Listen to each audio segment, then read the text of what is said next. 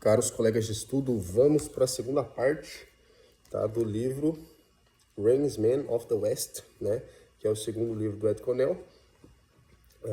Não sei que parte que isso aqui vai dar.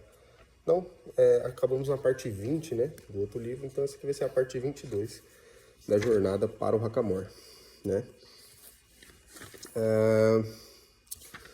Acho que a gente só leu o primeiro capítulo, né.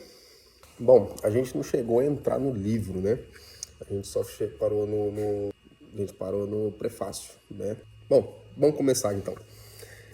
Redeiros do Oeste, enfrenando seu cavalo, as rédeas duplas e sobre as embocaduras, tá? Esse é o primeiro título que a gente tem aqui, tá?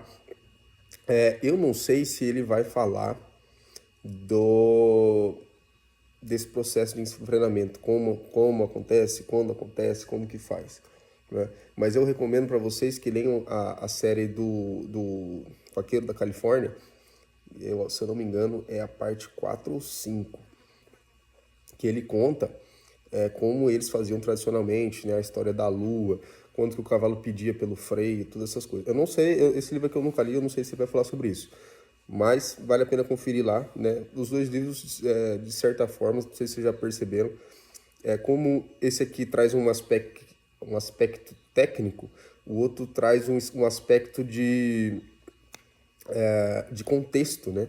Contexto histórico do que estava acontecendo, por que as coisas...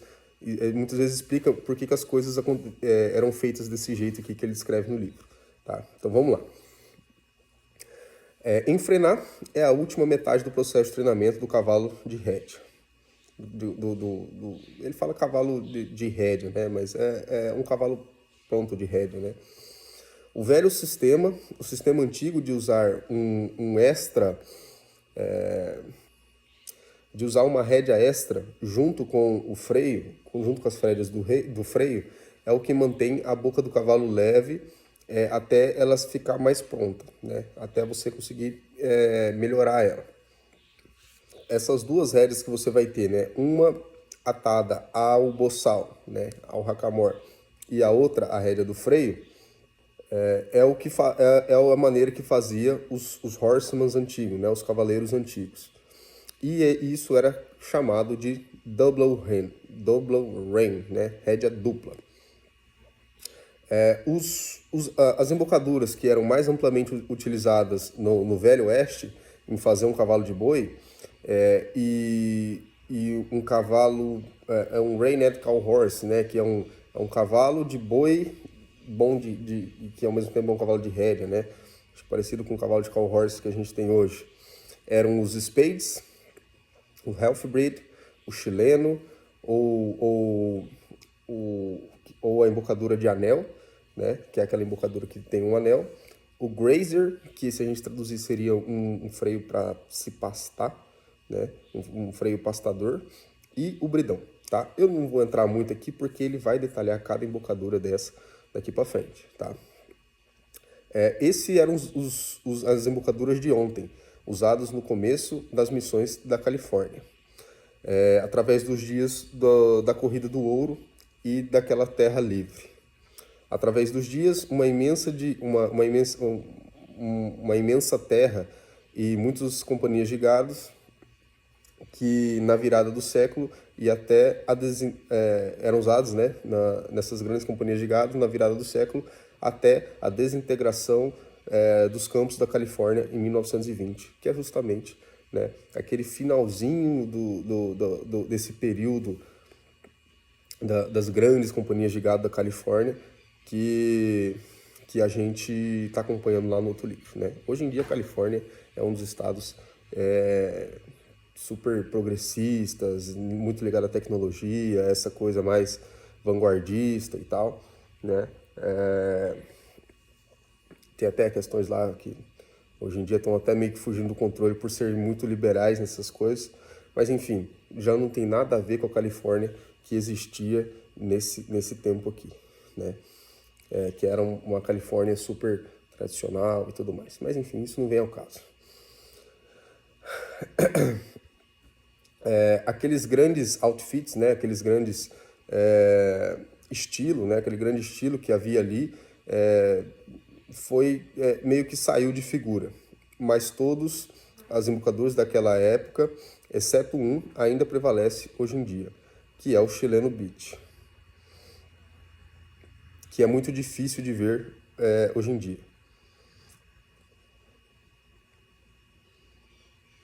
Ah, tá. Ele ficou meio confuso aqui, né? Mas ele fala que as embocaduras, exceto uma, ainda prevalecem, né? A que não prevalece, no caso, é o chileno, tá? Mesmo nos dias antigos, ele não era muito utilizado. O chileno, ou a embocadura de anel, tem origem hispânica, mas parece que a origem dele vem do México ou do Chile, né? Por causa disso, vem o nome. Ela era usada mais no centro da Califórnia, na Califórnia Central, do que em qualquer outro lugar. Uma forma de spade beat, uma forma de spade beat que provavelmente veio da Espanha pelos mouros séculos atrás e veio para o Novo Mundo com os conquistadores da Espanha. Nossa, eu já estou engasgando, hein? O spade beat é distinto. Ele é distinto. O spade beat é distinto da Califórnia, sendo trazidos com os mexicanos na ocupação da Califórnia. Desde aquele tempo, no ano de 1822, até a Califórnia se tornar posse dos Estados Unidos, né, em 1848. Naqueles dias onde que os dons espanhóis, com grandes montes de terra, né, com grandes montes de terra, estavam trabalhando em suas haciendas, né, nas suas fazendas. O uso da hacma, ou hackamore, e o spade beat desenvolveram-se numa fina arte naquele tempo. Tá? Então, ajuda a entender aquela história lá do vaqueiro da Califórnia, daquela rixa que tinha entre os californianos, né, que eram de origem hispânica, e os gringos, que foram o pessoal vindo do leste, né, para tomar posse daquele território que era mexicano e se tornou território norte-americano, né, estadunidense e tudo mais. Naqueles dias, no final dos anos 70 e começo dos anos 80, o spade beat foi trazido para a Nevada pelos barões do gado da Califórnia, que moveram seus rebanhos, né, naquela terra livre que tinha ali. Tá? E eles se estenderam até o sudeste do Oregon e partes do Idaho e Utah, tá? Que é onde até hoje permanecem esse pessoal mais tradicional californiano. Como eu disse, na Califórnia virou outra história, né? E é onde a gente encontra esses bucarus, esses vaqueiros mais tradicionais. Os boiadeiros e cavaleiros daquela era usavam nada além do spade beat. Era praticamente uma instituição com eles, e que permaneceram até a Grande Depressão, nos anos de 1929 até o começo dos anos 30. Tá? Grande Depressão, depois da Primeira Guerra Mundial. Naquele tempo, houve um grande influxo, né? Houve uma grande entrada do Grazer Beat, né? Da embocadura Grazer, naquela parte do país.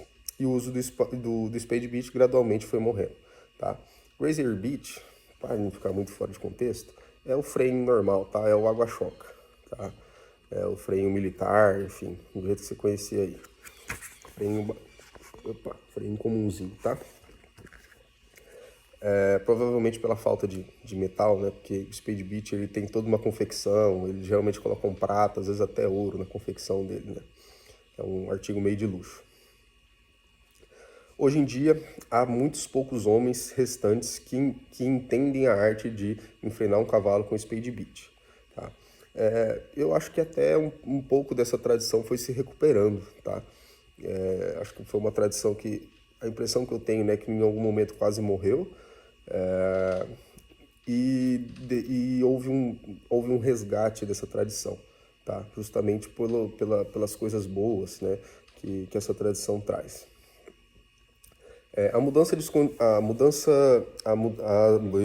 A mudança de condição foi o que fez isso acontecer.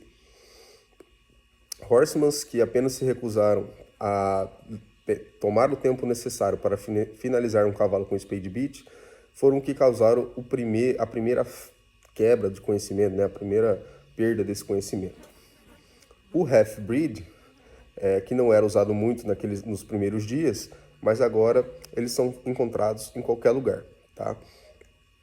Ele é uma modificação do spade bit, né? Ele é uma modificação, ele é um spade bit simplificado, tá? Até os spade bits tradicionais, até hoje a gente encontra por fabricantes especializados e tal. O half-breed já tem essas coisas, mais indústria mesmo, que produzem o half-breed. O half-breed não é... Isso que eu já li. O Grazer Beat, né, foi o que tem sido e ainda a embocadura que é mais largamente utilizada no sudoeste. Ela veio pelo meio oeste até o nordeste dos estados, nos primeiros dias de transporte de gado, no começo, né, de quando começou esse transporte de gado. E ainda é uma das embocaduras mais comumente usadas naquelas regiões. O Snaffle Beat é uma embocadura de iniciação e é encontrada em qualquer lugar que os cavalos são treinados. E é uma embocadura para qualquer propósito, pela qual é entendido que ela nunca pode, que você nunca pode melhorar muito ela a princípio. Isso que eu não entendi muito. É um embocador para qualquer propósito, mas que também é entendido que ela nunca pode ser melhorada muito em seu princípio. Não sei aqui se ele está falando de você conseguir refinar muito um cavalo, né, com um bridão. Eu sou um cara do bridão, eu falo isso, apesar de gostar muito de dar muito hackamore. Eu não consigo desenvolver tanto um cavalo no hackamore ou no freio igual num bridão, né? Eu só passo pro freio quando o cavalo está muito bom no bridão. Princípios fundamentais da embocadura. O propósito principal de uma embocadura é ter alguma coisa na boca do cavalo que vai sempre controlá-lo e ao mesmo tempo manter ele trabalhando da mesma maneira em que ele aprendeu a trabalhar no hackamore e no bridão. Então aqui, essa embocadura que ele falou, ele está falando do freio, né? Porque está incluso o bridão, né? Já havia alguma coisa na boca do cavalo. A razão pela qual ele tem que ser enfrenado é porque quando ele aprender a trabalhar no bridão e no hackamore, ele depois de um tempo vai ficar pesado ou duro neles. E ele não pode ser trabalhado, e ele não vai trabalhar como ele deveria. Quando o cavalo... Bom, isso aqui, vamos fazer uma pausa. Eu tenho a impressão um pouco contrária, tá? Eu já vi até gente aqui no Brasil falando isso daí, não, se você não passar a embocadura por um levantador, enfim, o cavalo vai começar a enrijecer. Eu acho que é justamente, eu acho que de certa forma é o contrário, né? Quanto mais o cavalo vai aprendendo o serviço, mais leve ele vai ficando na embocadura que seja, né? Conforme ele vai se musculando, ficando mais flexível e tudo mais, ele vai ficando melhor, né? De trabalhar, por mais que seja no bridão, tá? Mas talvez, né? Como ele tá falando numa parte mais avançada, né, num refinamento, às vezes trabalhando com mais velocidade e tal, com um sinal mais refinado, talvez realmente possa acontecer isso. Quando o cavalo alcança um nível de perfeição em seu trabalho, e depois que ele já foi finalizado no freio, ele deve se manter dessa maneira pelo resto da sua vida de trabalho, né, o resto da vida que ele estiver trabalhando. Isso requer cuidado, não apenas fisicamente, mas na maneira com que ele é manejado, tá? Vamos ver aqui. Ixi, é um capítulo bem longo. Nossa, é um capítulo realmente longo. Eu acho que eu vou deixar esse próximo capítulo um episódio à parte, tá? Porque deu meia folha, 2 folhas, 3 e meia, 4, 5 folhas. Vamos fazer um episódio só desse próximo capítulo aqui, tá? Então hoje eu vou parar por aqui, beleza? Então, valeu pessoal, até semana que vem. Forte abraço, espero que estejam gostando e aproveitando.